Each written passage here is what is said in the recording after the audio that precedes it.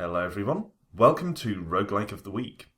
Regular viewers will have noticed that I haven't been uploading as much over the last few months. It's just been difficult for me to keep up with my previous demanding upload schedule with various real life things and that kind of stuff going on. So, in the interest of both making things a bit easier for me and exposing you viewers to games which you might not be familiar with, I'm going to start doing Roguelike of the Week, in which I indulge in a kind of casual, freeform review-ish kind of thing of some roguelikes which either I'm playing or I have played in the past. Because, as you will no doubt have picked up on, I play a fair few roguelikes these days. It's a genre to which I've grown quite accustomed. So, we're kicking off with this one, ZAPM. I've dabbled in this a bit in the past, but it's one that I've played particularly in the last couple of weeks.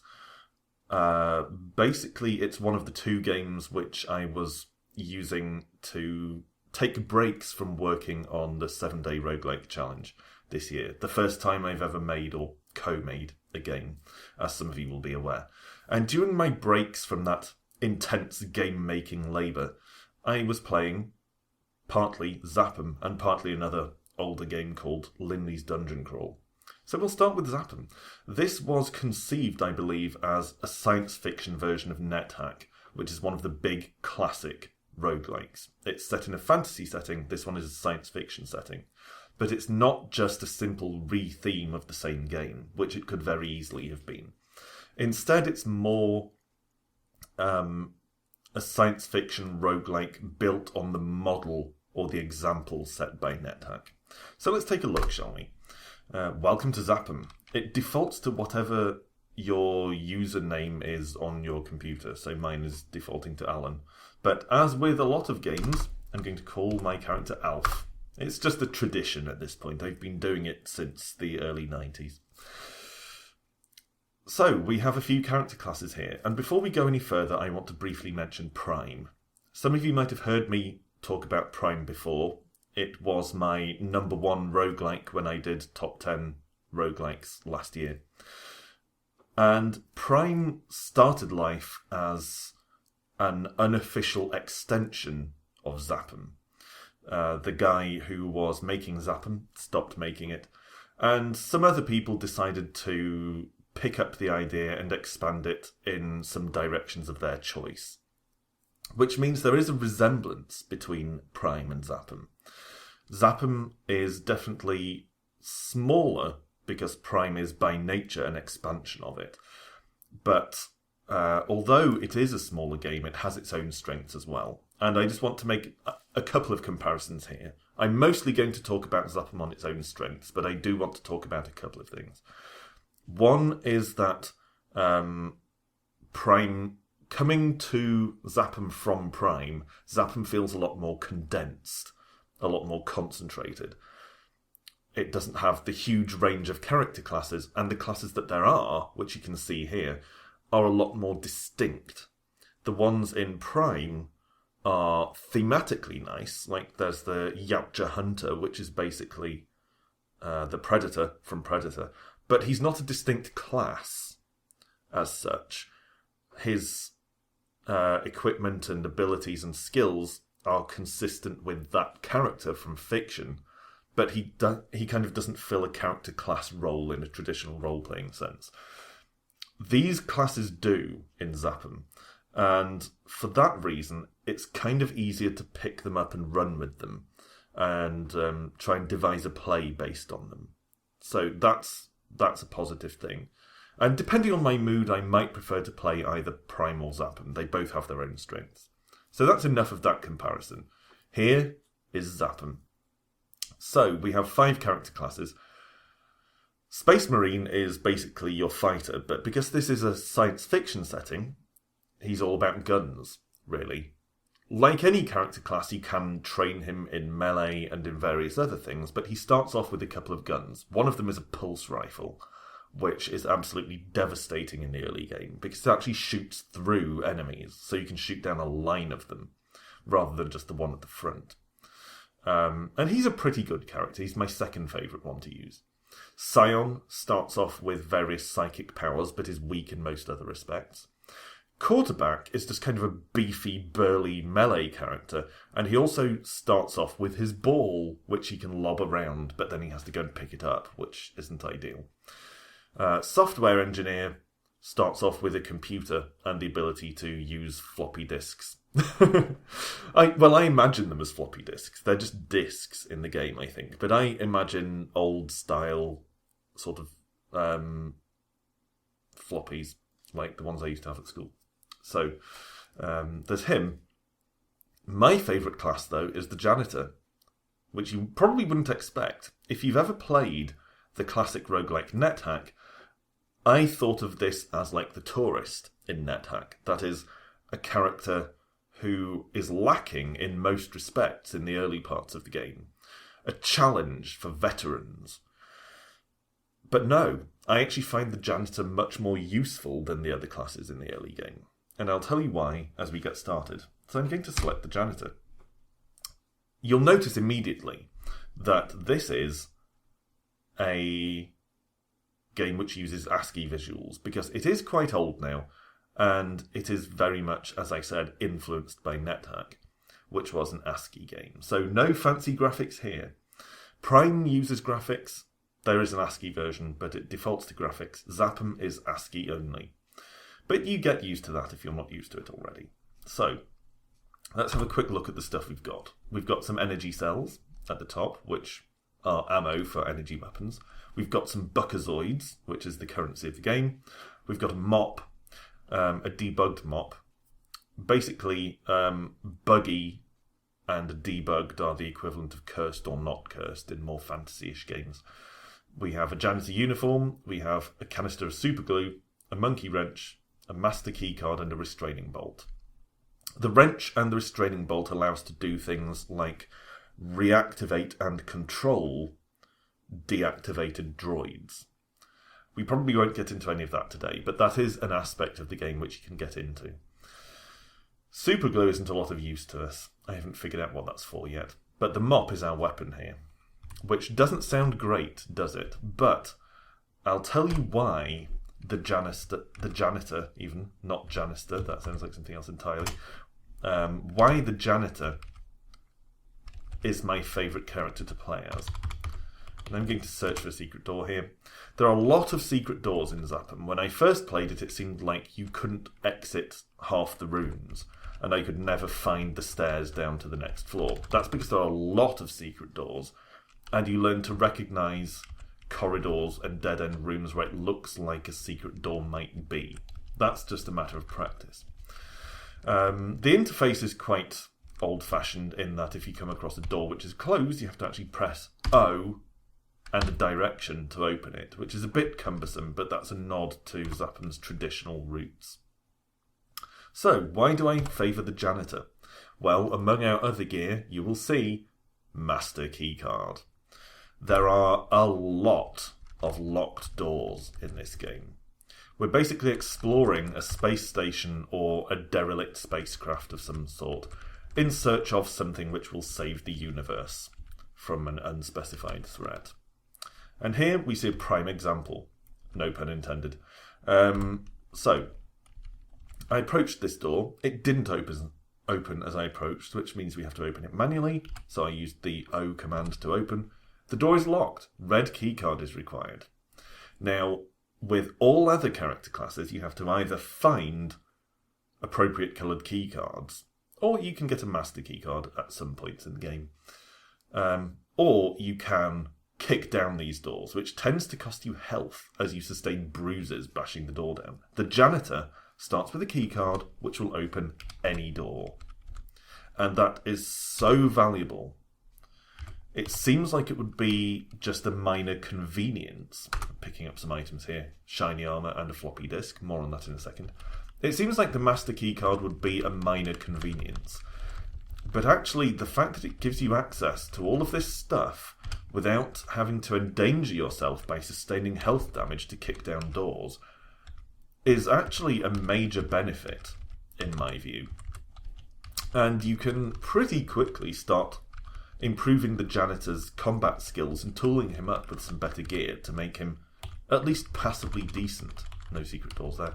At least passably decent at combat, though he isn't really a combat class. This arrow here, of course, is the route down to the next floor, but we'll just finish exploring up here. Kill some enemies with our mop, and then we'll proceed. I think we've pretty much cleaned out this floor. There might be another room down at the southern end there, but I'm going to proceed. Okay, now, there are some features of this which are very much concessions to the science fiction setting. I said this is inspired by Nethack, but there are definite differences. And a lot of those differences are concessions to the science fiction conceit here. Among those are, let me think, computers, canisters, and radiation. So, canisters, we start off with a canister of glue here, but you often find other canisters while you're walking around, and they're the equivalent of potions. You can drink from the canisters, and they contain a variety of things. Some positive, they might heal you or cure you of radiation sickness, but many negative, and you don't know what the canisters contain. So if you're going to just drink out of them without identifying them, then it's a big risk. We've just gained level 2, so we'll advance our skills in a minute. Drinking blindly from a canister is a big risk.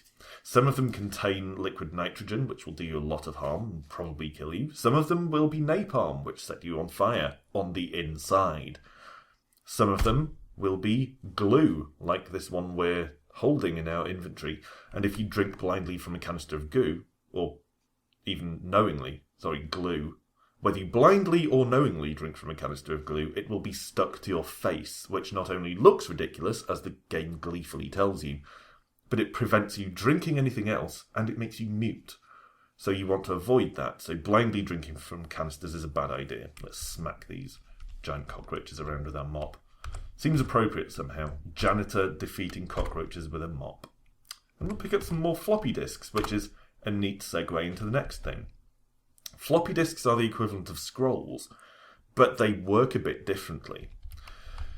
So scrolls, in the vast, vast majority of roguelikes, fantasy roguelikes at least, are one use only. You read them, they have an effect, they disappear. Floppy disks, firstly, can't just be used. If we try to use a floppy disk here using the execute command, you don't have a computer. So you need to acquire a computer first. Sometimes you find them, more often you have to buy them. And the software engineer character class we could choose at the start begins with some floppy disks and a computer. And these floppy disks have various effects. They basically have similar effects to scrolls in other games. They can teleport you, they can repair some of your stuff, they can enhance your weapons and armour, and they can allow you to identify unknown items. The other difference, though, between scrolls and floppy disks in this is that floppy disks can be reused. They don't just disappear when you use them, you have a number of uses. Sometimes it will be one use. Sometimes it will be a surprisingly high number of uses. You might have 5 or 6 uses of a floppy disk before it's expended. So, here's a shop. That white cross there is the shopkeeper. And you can see this shop is absolutely rammed with floppy disks. We have 109 buckazoids at the moment. If we pick up any of these, the shopkeeper will tell us what we need to pay to buy it. I'm actually not going to bother. I'm going to drop this back on the floor because we don't have a computer at the moment anyway in order to make use of our floppy disks. So let's move on. And the other science fiction thing I mentioned is radiation. I'll have a quick search here. Radiation is bad, and you will get it from a variety of things. If you're carrying something radiation-filled, like a rad grenade. Rad grenades can be pretty devastating. They allow you to irradiate an area, but they also emit radiation while you're carrying them. Canisters of mutagen, which you can drink to give yourself psychic powers, will irradiate you. Standing on the same space as a vat containing mutagen goo on the map will also irradiate you, or at least have a risk of doing so. So all of these things risk irradiating you, and eventually you will get radiation sickness and die. And that is one of the most common ways to die in ZAPM. It's brutal, because however well you're doing, you can succumb to radiation sickness. Oh, we got killed! Didn't even upgrade our skills. Now, this is one of those old-style roguelikes where it will close the game as soon as we do this. So I'll just have to reopen it. Here we go. ZAPM. Move it back into frame. Thanks for that, old roguelike designers. So, I'll show you quickly one of the other classes as we go along. So since I was talking about floppy disks, I'll show you the software engineer here. So we've got some more energy cells, we've got buckazoids, and we actually start off with a pea shooter, which is a ranged weapon, and a canister of nano cola, which as far as I know is just a drink. And you'll see under tools we have a mini computer, and above that we have several floppy disks of various sorts. So we're going to see something a little bit different here. We're going to actually get some ranged combat because we start off with a pistol. So using the F command under direction, we'll shoot this warp fungus and pick up the buckazoids. Whoa, okay. Some worms of some sort. I'll shoot those. Oh man. Get back. The software engineer, of course, isn't a very good fighter. Do you know any software engineers who are great combatants? And there's a floppy disk. It's a debugged one, but we haven't identified it. So we could just use it blindly. But I think what we're going to do instead is use the execute command, look at our list of floppy disks, and instead of using that one blindly, we will use our disk of identify to identify it. Like so. And now we've learnt it's a floppy disk of enhanced armour. Unfortunately, our identify disk has self-destructed. It was only a one-use disk, as it turned out. So that's a shame. But we do have a disk of enhanced armour. So let's execute that with our computer. Our jumpsuit feels warm. Notice it didn't say the disk self-destructed this time. That means we can use it at least one more time. So we'll do that. Yep, and we can keep doing this until the disk runs out of charges. Of course, using all of your armour enhancements on your starting armour is not wise play, generally. But for demo purposes, that's what we were doing. Here you can see we have to use a keycard, and because we're not the janitor, we don't have the master keycard, so we might have to resort to kicking it down. We're not very tough though, we're sustaining some health damage here. We might not be able to break it down. No, we're down to 1 health. Throwing ourselves at that door one more time would kill us, so let's not do that. Okay, what's through here? There are our stairs. And another door requiring a keycard, so we might actually have to just bail and head for the stairs. And this is why I like the janitor, because he would have been able to open both of those doors and find whatever is on the other side. Sometimes you can find great weapons and armour that way, whereas now we'll just never know what was on the other side of those doors. So we'll shoot this stuff with our pea shooter, series of Minox. Most, if not all, of the enemies in this game are references to science fiction of various sorts. We don't want a heap of space junk. So we get face huggers, which impregnate us, and then we have the pregnant status, and after a set number of turns, an alien will burst from our chest and kill us. We have stormtroopers who will shoot at us a lot, but generally not hit us very often.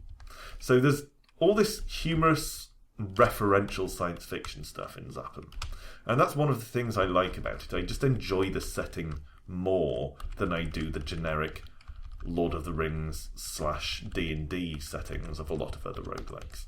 So, this has been ZAPM. This is our roguelike of the week in the first instalment of this new feature. Thanks for watching, as always, and rejoin me for the next video where we will perhaps play some games, perhaps do another roguelike of the week. So until then, thanks for watching and bye for now.